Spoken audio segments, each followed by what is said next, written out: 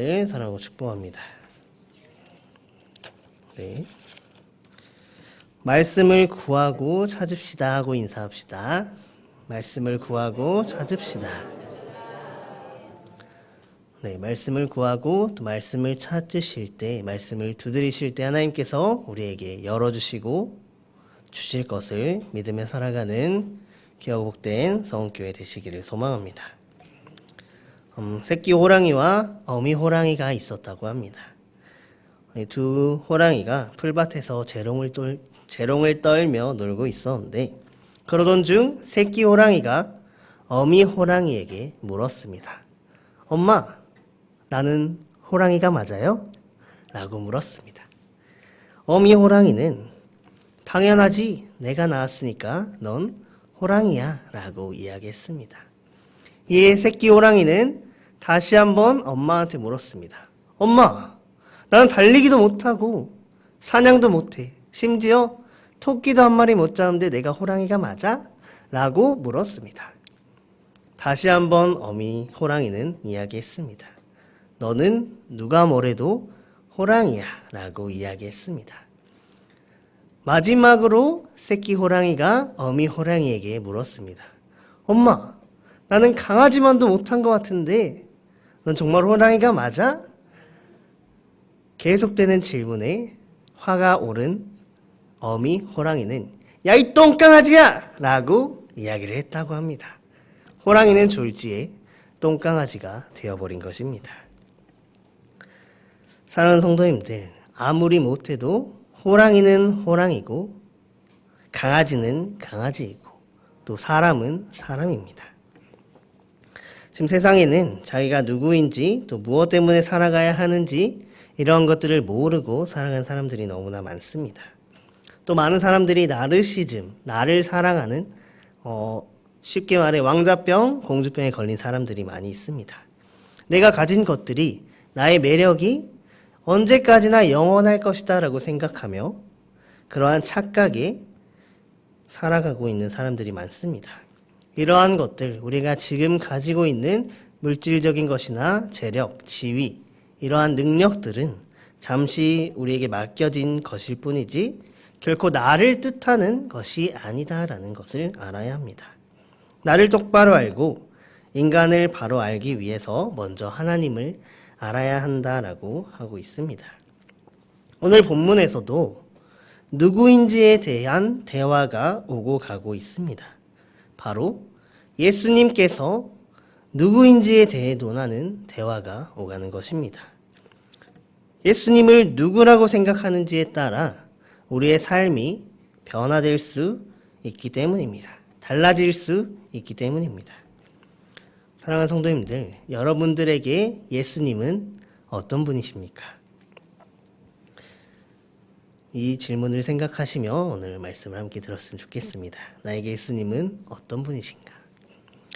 오늘 본문의 예수님께서는 제자들과 함께 빌립보 가이사랴로 이동하셨습니다. 그리고 제자들에게 물으셨습니다.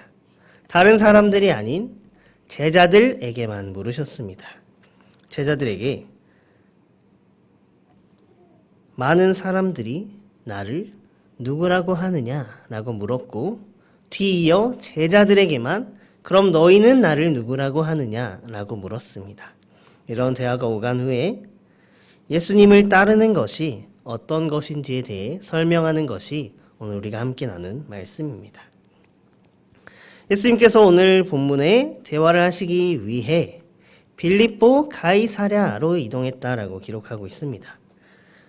예수님이 누구신지, 또 예수님이 어떤 분이신지, 예수님을 따른다는 것이 어떤 것인지를 마음에 새기기 위해 가장 올바른 장소라고 생각했던 곳이 바로 빌립보 가이사랴였기 때문입니다. 당시 로마 황제의 이름이 붙어있는 도시들이 여러 군데 있었습니다.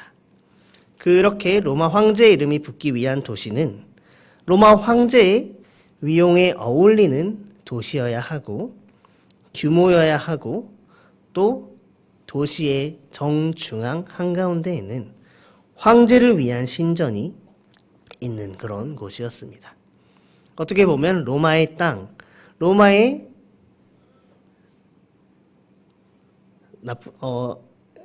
나와바리라고도 하죠. 이렇게 말을 하면 안 되지만 로마의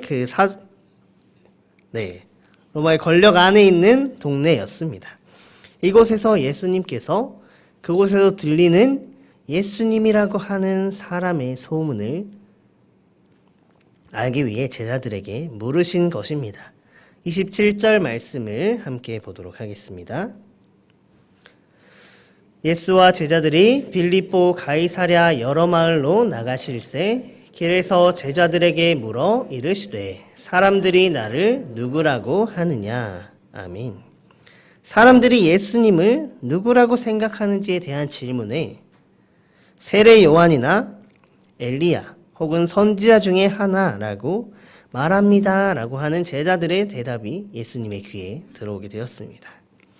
로마 황제의 권력이 있는 동네에서 예수님은 세례 요한, 엘리야 혹은 선지자 중에 하나라고 불릴 만큼 그 이름을 떨치고 있었다라는 것입니다.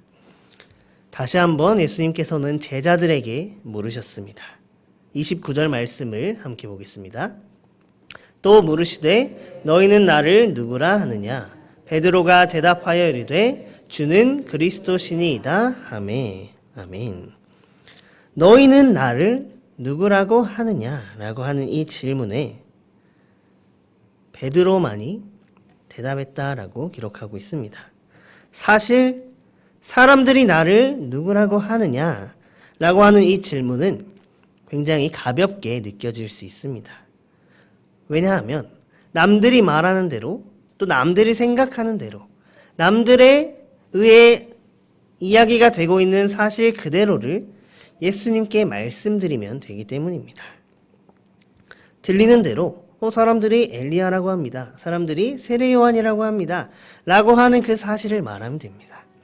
그런데 예수님께서 제자들에게 물으신 너희는 나를 누구라고 하느냐라고 하는 이 질문에 있어서는 조금 무겁게 마음을 다잡고 예수님께 대답을 해야 한다는 것입니다. 그래서 많은 제자들이 대답하지 못했습니다.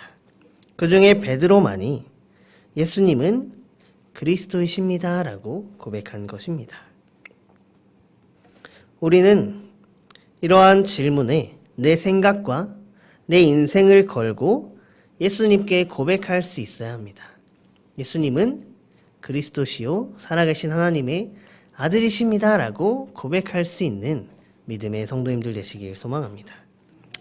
오늘 우리는 예수님께서 이렇게 질문하실 때 어떻게 대답해야 할지를 생각하며 살아야 합니다. 본문에서 베드로는 주는 그리스도십니다 라고 대답했습니다. 이렇게 자신의 믿음을 고백했습니다. 남들이 볼 때는 역시 베드로야, 역시 수제자는 달라 라고 생각할 수 있겠지만 베드로는 이 말에 지금까지 예수님께서 행하신 기적들, 많은 사람들을 먹이시고 돌보시고 고치시고 귀신을 쫓으시고 죽은 자를 살리시고 또 많은 자들을 먹이신 그런 기적들까지를 보고 그 모든 것을 포함해서 한 고백이라고 할 수 있습니다. 이 말을 들으신 예수님께서는 이제 자신이 고난을 받으시고 죽으실 것임과 부활하실 것임을 제자들에게 이야기하기 시작합니다. 31절 말씀을 함께 보겠습니다. 인자가 많은 고난을 받고 장로들과 대제사장들과 서기관들에게 버림받아 죽임을 당하고 사흘 만에 되살아나야 할 것을 비로소 그들에게 가르치시되. 아멘. 예수님의 죽으시고 부활하실 십자가 사역을 비로소 제자들에게 가르치셨다라고 기록하고 있습니다. 예수님께서 공생의 기간에 하신 사역들을 돌보시고 고치시고 가르치신 사역이라고 해서 돌고 가라고 하는 말도 있습니다. 이렇게 예수님께서 하신 사역들을 보시고 이제 십자가 사역에 대해 예수님께서 비로소 그들에게 가르치셨다라고 말하고 있습니다. 그리고 이제 베드로가 제자들이 예수님을 그리스도로 메시아로 고백했을 때 비로소 예수님께서 자신이 메시아임을 드러내신 것입니다. 메시아로 이 땅에 오셔서 하실 일이 무엇인지를 드러내셨다라는 것입니다. 31절에 인자가 고난을 받고 버림바 되어 죽으시고 다시 살아나실 것이다 라고 말씀하신 그것이 사람들이 기대했던 메시아의 모습이 아닌 예수님께서 메시아로 오셨던 사역의 올바른 모습이라는 것을 오늘 말씀을 통해 기록하고 있습니다. 이러한 예수님의 말씀을 들은 베드로는 예수님을 붙들고 항변하였다라고 기록합니다. 32절 말씀을 함께 보도록 하겠습니다. 드러내놓고 이 말씀을 하시니 베드로가 예수를 붙들고 항변하매. 아멘. 항변하다 라는 말들을 다 알고 계시죠? 국어사전에 기록된 뜻은 못마땅한 생각이나 반대의 뜻을 주장하다 라는 의미로 기록되어 있습니다. 우리가 가진 성경에서는 항변하다, 반대의 의견을 주장하다 라고만 기록하고 있습니다. 하지만 당시의 상황은 절대 항변하다 라는 동사로 서술할 수 있을 정도로 간단하지 않았다라는 것입니다. 항변하다라고 기록된 에피티마오는 여러분들이 다 아시다시피 예수님께서 풍랑을 꾸짖으실 때 혹은 예수님께서 귀신을 꾸짖으실 때 꾸짖다라는 용어로 사용된 말입니다. 그렇습니다. 베드로는 예수님을 꾸짖었다라고 하는 것입니다. 왜냐하면 베드로가 생각하던 예수님의 모습이 아닌 인자가 고난을 당하고 죽임을 당하고 다시 살아나실 것이다 라는 말을 들었을 때 베드로의 계획과 다른 그런 것들이 있었기 때문에 베드로는 예수님을 꾸짖었다라고 하는 것입니다. 사랑하는 성도님들, 꾸짖었다라고 하는 모습을 우리는 쉽게 생각할 수 없을 것입니다. 예를 들어 어떤 한 목사님이 운전을 하고 가시다가 사고가 났을 때 목사의 모습에 맞지 않게 욕설을 퍼붓고 몸싸움을 하는 모습을 그 교회의 교인이 보았을 때 그 교인이 목사님 앞에 가서 목사님 이런 식으로 하시면 안 되죠? 라고 말을 할 수 있을까요? 그렇게 말을 하기보단 뒤에서 우리 목사님이 사고가 났는데 저기서 몸싸움을 하고 욕을 하더라 라는 식의 이야기는 할 수 있을 것입니다. 왜냐하면 보기에는 별로 안 좋았을지 모르지만 목사라고 하는 직분에서 벗어나는 그런 행위는 아니었을 것이기 때문입니다. 목사님을 교인이 꾸짖을 수 있는 그런 올바른 이유는 정말 목사라고 하는 본분에서 벗어난 그런 일을 했을 때 도무지 이 사람은 목사님이라고 볼 수가 없다라고 하는 행동을 했을 때 그를 꾸짖을 수 있을 것입니다. 베드로는 예수님을 꾸짖었습니다. 예수님께서 풍랑을 잠잠하게 하실 때 또 귀신을 쫓아내실 때 하셨던 그 행동을 베드로가 예수님께 보였다는 것입니다. 이러한 모습에 예수님께서는 제자들을 보시며 베드로를 꾸짖으셨습니다. 사탄아 물러가라 라고 말씀하셨습니다. 33절 말씀을 함께 보겠습니다. 예수께서 돌이키사 제자들을 보시며 베드로를 꾸짖어 이르시되 사탄아 내 뒤로 물러가라. 내가 하나님의 일을 생각하지 아니하고 도리어 사람의 일을 생각하는도다 하시고. 아멘. 하나님의 일을 생각하지 않고 사람의 일을 생각하는구나. 사탄아 물러가라 라고 예수님께서 말씀하셨습니다. 사랑하는 성도님들, 예수님께서 말씀하시는 사람의 일은 무엇일까요? 베드로가 생각했던 것처럼 또 많은 이스라엘 백성들이 생각했던 것처럼 우리를 구원해 주실 메시아, 그 메시아상을 어릴 때부터 생각했을 것입니다. 이 로마의 압제로부터 우리를 벗어나게 할 다윗 왕과 같은 강하고 힘센 왕, 그런 왕이 예수님으로 오셔서 우리를 구원해 주실 것을 기대했을 것입니다. 하지만 실상 우리의 메시아로 오신 예수님께서는 우리를 죄에서 구원하시고 하나님의 사랑을 우리에게 보여주기 위해 오셨다는 것입니다. 사람의 일을 생각하는 베드로는 사람으로서 우리가 겪을 수 있는, 우리가 얻을 수 있는 이득을 생각했을 것입니다. 그렇다면 하나님의 일은 무엇입니까? 하나님께서 예수님을 이 땅에 보내셔서 예수님의 죽으시고 부활하심을 통해 인류를 구원하려고 하신 그것이 바로 하나님의 일이다라는 것입니다. 하나님께서 예수님을 메시아로 보내신 이유, 온 땅을 구원하시기 위함, 이것이 바로 하나님의 일입니다. 베드로는 이것을 생각하지 못하고 사람의 일, 자신의 이득만을 생각했다라는 것입니다. 요한복음에 기록된 말씀을 보면 요한복음 11장 25절에는 예수께서 이르시되 나는 부활이요 생명이니 나를 믿는 자는 죽어도 살겠고 라고 기록하고 있습니다. 예수님의 죽음과 부활을 믿는 자는 죽어도 살 것이다. 영생을 얻을 것이다. 라는 것을 말하고 있습니다. 요한복음 14장 6절에 예수께서 이르시되 내가 곧 길이요 진리요 생명이니 나로 말미암지 않고는 아버지께로 올 자가 없느니라 라고 말씀하고 계십니다. 부활이시고 생명이시고 우리의 길과 진리가 되시는 분은 바로 예수님이십니다. 예수님을 통하지 않고서는 하나님의 일을 생각할 수 없다라는 것입니다. 사랑하는 성도님들, 하나님의 일을 생각하지 않고 사람의 일을 생각할 때 그 순간 우리뿐만 아니라 누구든지 그 순간에는 사탄이 될 수 있습니다. 그때 예수님께서 사탄아 물러가라, 하나님의 일을 생각하라라고 하신 그 말씀을 마음에 새기고 하나님의 일을 생각하며 살아가야 한다는 것입니다.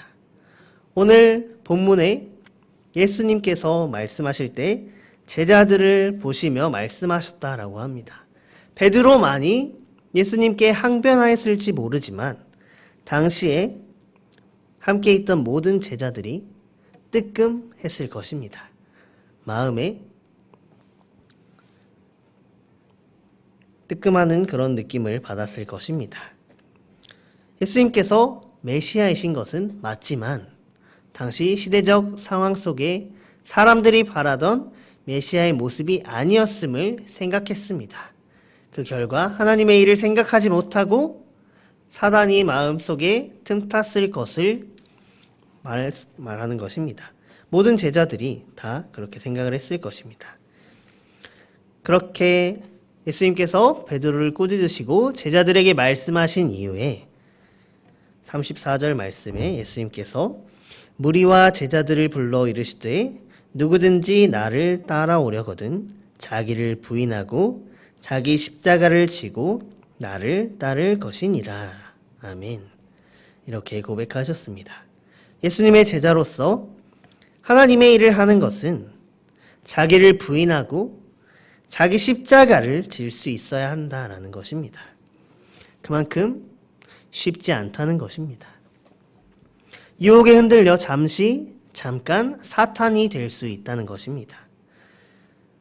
그런 길이 바로 예수님의 제자로서 하나님의 일을 생각하는 길입니다.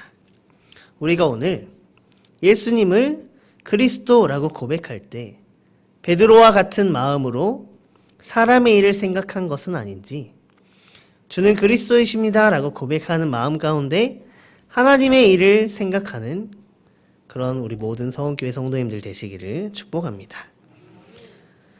오늘 우리는 예수님이 누구신지 확실히 고백할 수 있어야 합니다. 우리의 유익을 따르기 위해 예수님을 메시아로 고백하는 것이 아니라 하나님의 일을 따르기 위해 예수님을 구주로 고백할 수 있는 또 우리의 십자가를 질 수 있는 그런 삶을 살아가는 저와 여러분들 다 되시기를 소망합니다. 함께 기도하겠습니다. 사랑과 은혜가 충만하신 하나님 감사를 드립니다. 우리 마음 가운데 사람의 일을 생각하며 예수님을 주로 고백하며 살았음을 고백합니다. 이러한 우리의 마음 가운데 있는 사단의 마음을 주님 용서하여 주시고 우리가 온전히 주님을 메시아라고 고백할 때 그 고백 가운데 하나님의 일을 생각하며 살아갈 수 있는 마음 또한 허락하여 주시옵소서. 하나님의 일을 생각하며 예수님이 누구인지 고백하며 살아갈 때 우리 스스로 자신을 내려놓고 우리의 십자가를 지고 살아갈 수 있는 믿음의 성도들 될 수 있도록 하나님 허락하여 주시옵소서. 예수님을 주로 고백할 때 우리 마음 가운데 하나님의 일을 생각하는 그런 생각과 그런 마음으로 살아가게 하시고 그렇게 할 때 온전한 예수님의 제자로서 하나님의 자녀로서 살아가는 모범이 되는 믿음의 우리 모든 성은교회 되게 하여 주시옵소서. 감사드리며 모든 말씀 예수님의 이름으로 기도드립니다. 아멘. 네, 시간은